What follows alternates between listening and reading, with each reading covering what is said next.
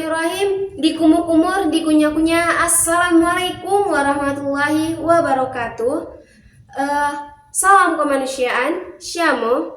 Saya Devina Aulia Rahmi dengan NIM 0306 2320 85 Stambuk 2023-2024 dari jurusan PGMI 3. Di sini saya mengajak kita semua untuk membahas mengenai kepemimpinan. Nah, kepemimpinan adalah proses menggerakkan dan mempengaruhi orang lain untuk mencapai tujuan yang telah ditetapkan. Pemimpin adalah orang yang dapat mempengaruhi kelompok yang dipimpinnya.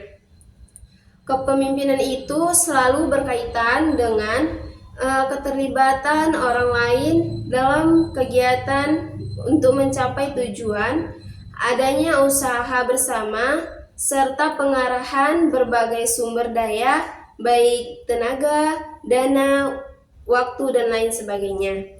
Adapun hakikat kepemimpinan, yang pertama itu kepribadian seseorang yang menyebabkan orang lain untuk mengikutinya. Yang kedua, kepribadian yang memancarkan pengaruh wibawa sehingga orang lain mau melakukan apa yang dikehendakinya. Ketiga, penyebab kegiatan mengubah pandangan ataupun sikap orang lain baik dalam organisasi formal maupun informal.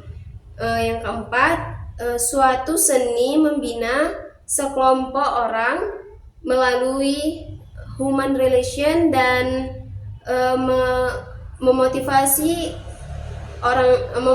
yang tepat sehingga tanpa rasa takut mereka mau bekerja sama untuk mencapai tujuan organisasi tersebut. Adapun fungsi kepemimpinan ini, salah satunya seorang pemimpin perlu membuat perencanaan yang menyeluruh bagi organisasi dan diri sendiri selaku penanggung jawab tercapainya tujuan bersama. Orang pemimpin selalu memandang ke depan. Yang ketiga, pengembangan loyalitas. Yang keempat, adanya pengambilan keputusan. Kelima, pemeliharaan. Keenam, sebagai seorang pemimpin kita harus menjalankan tugas-tugas.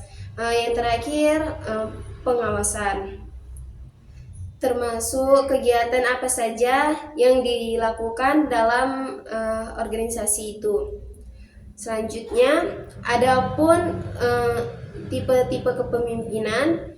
Yang pertama ada kepemimpinan diktatoris, adalah pemimpin dengan cara menggertak dan menguasainya. Yang kedua, kepemimpinan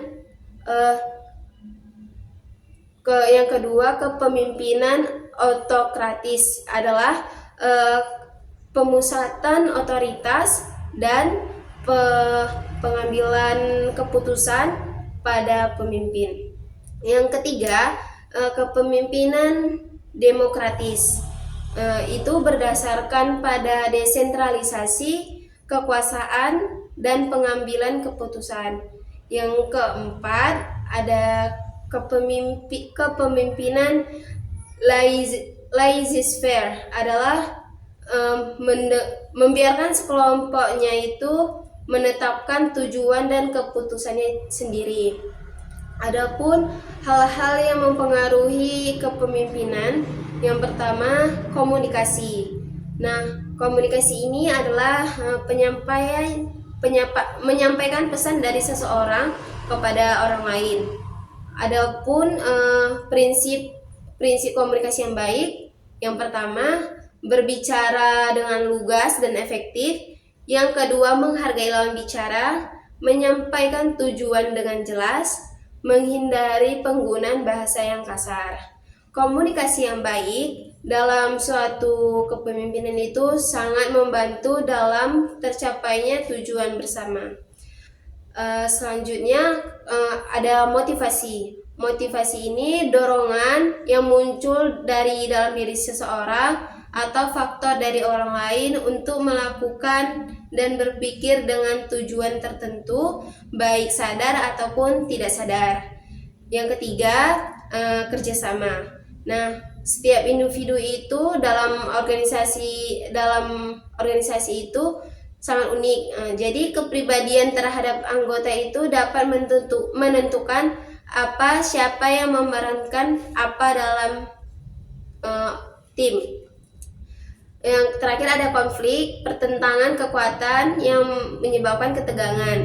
Pasti di setiap organisasi ini selalu ada konflik karena perbedaan pendapat dan tanggapan dari setiap anggota maupun timnya masing-masing. Maka dari itu adapun pemecahan permasalahan dan pengambilan keputusan. Yang pertama, identifikasi masalah. Selanjutnya, klarifikasi persoalan, lalu analisis penyebabnya, kemudian mencari solusi yang alternatif. Yang terakhir, pilihlah satu atau lebih alternatif yang baik, maka permasalahan yang ada akan terselesaikan dengan baik. Mungkin sampai di sini penyampaian materi yang bisa saya sampaikan. Lebih dan kurang saya mohon maaf. Kelebihan itu hanya milik Allah, kekurangannya itu datang dari saya. Saya akhiri, wabillahi taufiq wal hidayah. Wassalamualaikum warahmatullahi wabarakatuh.